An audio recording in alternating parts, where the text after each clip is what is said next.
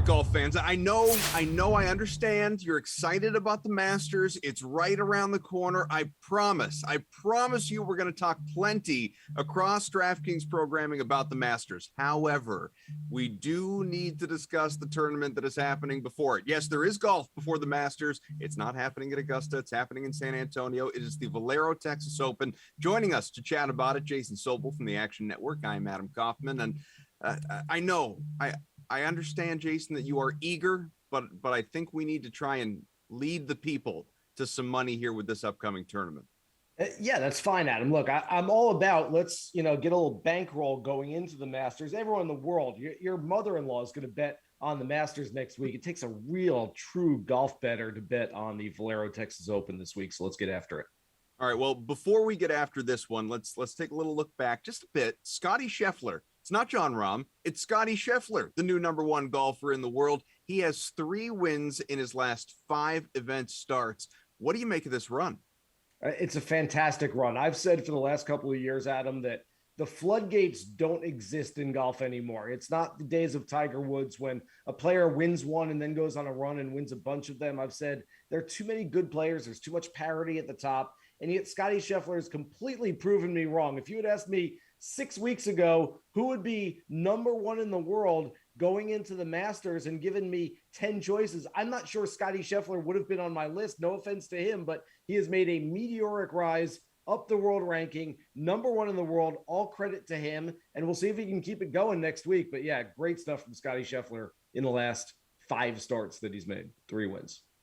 I'm so happy that you mentioned Tiger Woods, because that takes us into this next and final question before we do get to Texas, which is Tiger could, according to some reports out there, be making a trip to Augusta this week to prepare, to get himself ready, to maybe even compete in the Masters in a couple of weeks. Are we going to see this? Is this going to happen?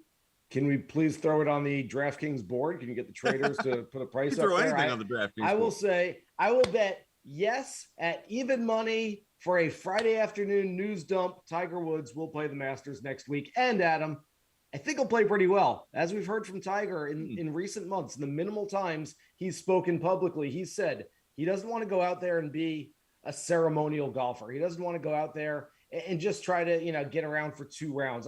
He's never finished worse than 40th in 19 career starts as a professional in the Masters. He's not going out there to just knock it around for 36 holes and get on the jet and go home. He's going out there to play some competitive golf. And so if he does decide, which I think he will, to go play this Masters, he's going to play pretty well. I really think he will, which is amazing. What kind of, I know we need to get to Texas, but for Tiger, I mean, what sort of takes him obviously from the car accident and months of rehab and not competing professionally and all of it to a place where just physically, never mind mentally, that he is capable of competing at Augusta once again, where he's had so much success?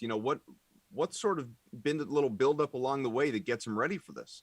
I mean, he works harder, first of all, than anybody else. Secondly, I don't think it's the swing as much as walking around Augusta National. And you've heard it from anyone who's been there. If you haven't been there before, it's a much more undulated golf course than it looks on TV. And so it's very hilly, very elevated. And so Tiger Woods wants to make sure that he can walk that golf course for 4 days, not just play golf on it. And so I think that's a big part of this. And then you throw in the fact that, look, pain, I don't really think is going to be an issue for him. This is a guy that competed at the 2008 US Open essentially on one leg with a torn ACL and multiple leg fractures. If he's in pain, I don't think that's going to bother him too much. I think it's more a matter of, can he do further damage, and can he do it without really embarrassing himself? Can he go out there and shoot 70 on this golf course and not a 79? So after not playing, it's been 17 months. I know he played with his son Charlie at the PNC Championship back in December, but he hasn't played an individual competitive event since the Masters in November of 2020. It really will be remarkable, and it's going to be must-see TV if he does compete next week. Jason, we talked about Scottie Scheffler and all that success that he's had and the fact that he's the new number one in the world. But now we're done talking about Scottie Scheffler, because he is not competing in this upcoming tournament in San Antonio. Again, the Valero Texas Open, which means Rory McIlroy is actually at the top of the odds board on the DraftKings Sportsbook to win this event, plus 750. How do you like his chances? Not much to go on here for Rory. He's played well this year, but not great. You know, it's not like he's making a Scottie Scheffler rise up the rankings. He's only played this event once in the past. He was runner-up back in 2013, but that was 9 years ago. So I don't think there's a whole lot to go on. In fact, Rory may show up this week and go, really? I've been here before? I don't remember it at all. And so at plus 750, look, it's probably the right number. He's the best player in the field. I get it. But no, I'm not chasing him at that number whatsoever. Would you like, though, to chase the defending champ? Jordan Spieth is part of this event. He, of course, is second on the odds board, plus 1,400 to win. Or do you maybe like somebody in that relative similar range better? I don't mind having an investment on Jordan Spieth. I'm probably not going to play him outright. Last year at this event, he sort of needed a win. He hadn't won anywhere in 4 years. He was starting to play some better golf. And I feel like he kind of needed that win going into the Masters to sort of prove to himself, if not everybody else, that he could indeed claim a trophy once again. This time, I just feel like he needs a decent week. I don't think he needs to go out there and win to prove anything to himself or anybody else. And so I don't necessarily love Spieth outright, but DraftKings does have a really nice play on a 3-ball with Jordan Spieth up against Hideki Matsuyama, who's essentially making a rehab start, coming off a back injury that forced him out of the Players' Championship, and Corey Connors, who just played 7 matches in 5 days at the WGC match play. He's got to feel like he wants to go to sleep for a week. I can't imagine Connors is going to have his best stuff. Jordan Spieth, I believe, plus 165 in that 3-ball. I do like him there. So I don't hate Spieth investments. I just don't really want to chase him outright this week. Bryson DeChambeau was part of that match play tournament, but didn't go so well. Didn't make it out of the opening round, unfortunately. So here for this one, he's sitting at plus 330 odds to finish in the top 10. That an investment you would make? Aren't you contractually obligated to call him DraftKings Bryson DeChambeau? Not when he doesn't make it out of the opening round.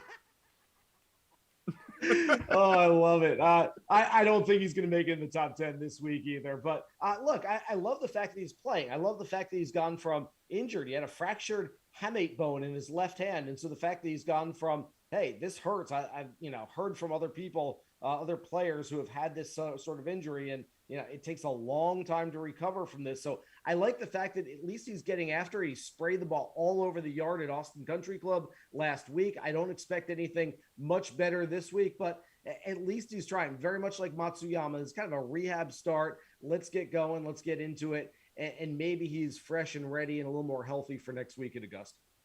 Which golfer are you going to fade this week? I just told you. So it's Bryson and nobody else? Bryson and Hideki, yeah, from the top of the board. And Rory a bit too. I don't imagine that I will have much, if any, Rory investment this week either. How about a long shot that you like? Maybe someone a little bit farther down the odds board. Oh, now we're talking. Okay, I got plenty of long shots this week. Okay. Let me go through the list. All right, I'm going to start it with, you can see the bib right over my shoulder there. My buddy Brendan Steele, who won here back in 2011, only has 1 missed cut, and I believe 10 career starts at this event. And he told me he's feeling really good this week. So you might want to jump on that one. A few other players. Matt Kuchar has been very good around the greens, and you're not going to hit a ton of greens at the Oaks course this week. So I like Kuchar this week a little bit. Taylor Moore is a guy that's more of a hunchy play. The numbers don't quite show it. Same thing for Brandon Grace, who's been a world-class player. He was ranked as high as 10th just a few years ago, the only player to shoot 62 in a major championship, and yet he's fallen down the rankings, but he's got a really big number next to his name. Austin Smotherman fits that bill as well. And I'll give you one more. This isn't as much of a long shot, but I believe he's going out plus 7,500. You won't be able to get Sahith Theegala at 75 to 1 for much longer, Adam. Jump on it while you can. This kid's going to be very good. I don't want to put the expectations on him that he's going to have a Scottie Scheffler rise towards the top of the world rankings over the next 12 to 24 months, but it's going to be kind of close. There's going to be a major progression for him very, very soon. So jump on it while you can. Now, for the last time before the Masters, Jason, I'm going to ask you for a winner. Who is going to claim the Valero Texas Open? Adam, one of my favorite things about this event, or really about any event, you talk about underlying subplots, and for anybody to win on any given week, there's a 7-figure paycheck, there's a 2-year exemption on the PGA Tour, there's a trip to Kapalua next year, you get into the Masters. I mean, there's a lot of really good things that come with winning.